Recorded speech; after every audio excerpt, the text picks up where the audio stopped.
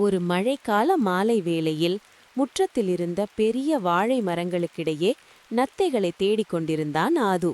திடீரென்று ஒரு விசில் சத்தம் போன்ற மெல்லிய குரலை கேட்டு அவன் ஆச்சரியப்பட்டான். அது என்ன சத்தம்? தவளை போடுற சத்தம் மாதிரி இல்லையே என்று ஆது மெதுவாக சொன்னான். ஆது ஒரு பெரிய வாழை இலையை விலக்கி பார்த்தான். அங்கே கண்ட காட்சியைக் கண்டு அவன் வியந்து போனான். அங்கே சேற்று தண்ணீரில் ஏதோ ஒன்று அமர்ந்திருந்தது.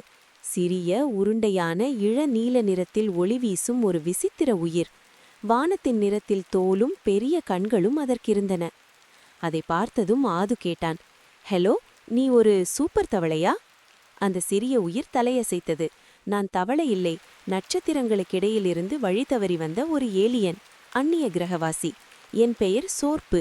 சோர்ப்பு மிகவும் சோகமாக இருந்தது. பசியினால் அது அழத் தொடங்கியது. அதைக் கண்ட ஆது, ஓ, உனக்கு பசிக்குதா? அங்கேயே இரு, நான் இதோ வந்துடுறேன். ஆது மெதுவாக சமையலறைக்குச் சென்றான்.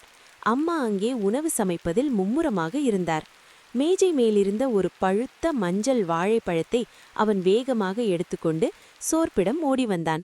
பழத்தை அதனிடம் நீட்டி, இந்தா, இதை சாப்பிட்டு பாரு, இது எங்க தோட்டத்துல விளைஞ்சது. சோர்ப்பு அந்த பழத்தை மோப்பம் பிடித்தது. சிறிய துண்டாக கடித்தது. பிறகு கொஞ்சம் பெரியதாக கடித்தது. ஒரே நொடியில் அந்த பழம் முழுவதையும் அது விழுங்கியது. உடனே சோர்ப்பு பிரகாசமான ஆரஞ்சு நிறமாக மாறியது. ஆது சிரித்துக்கொண்டே சொன்னான், உனக்கு அது பிடிச்சிருக்கில்லையா? என் பெயர் ஆது. உன்னால் ஆ து என்று சொல்ல முடியுமா? சோர்ப்பு மெதுவாக முயற்சி செய்தது. ஆ து. கிட்டத்தட்ட சரியா சொல்லிட்ட. வா, அம்மா உன்னுடைய இந்த வெளிச்சத்தை பார்ப்பதற்குள் நாம் ஒளிந்து கொள்ளலாம். ஆது சோர்ப்பை தனது ஏறுமாடத்தில் ஒளித்து வைத்தான். மணி நேர கணக்கில் அவர்கள் ஒன்றாக விளையாடினார்கள். இருட்டிய பிறகு சோர்ப்பு வானத்திலிருந்த நட்சத்திரங்களை பார்த்து வருத்தத்துடன் சத்தம் போட்டது. அதைக் கண்ட ஆது கேட்டான், உனக்கு உங்க அப்பா அம்மாவை பார்க்கணுமா? அதற்கு ஒரு வழி இருக்கிறது. டார்ச் வெளிச்சத்தை பயன்படுத்தி இரவில் செய்திகளை அனுப்பலாம் என்று அப்பா சொல்லியிருக்கிறார். நாம் முயற்சி செய்து பார்க்கலாம். அவன் அப்பாவின் பெரிய டார்ச் லைட்டை எடுத்தான். சரி சோர்ப்பு, நான் இந்த டார்ச்சை அடிக்கும்போது நீ வானத்தை பார்த்து சத்தமாக கூப்பிட வேண்டும். தயாரா? ஆது நட்சத்திரங்களை நோக்கி டார்ச் வெளிச்சத்தை அடித்து காண்பித்தான். சோர்ப்பு சத்தமாக கத்தியது.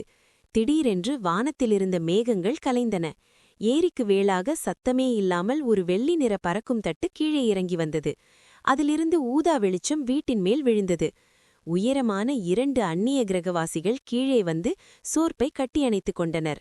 அவர்கள் ஆதுவை பார்த்து கைகூப்பி நன்றி சொன்னார்கள். ஆதுவுக்கு மிகுந்த மகிழ்ச்சியும் தைரியமும் ஏற்பட்டது.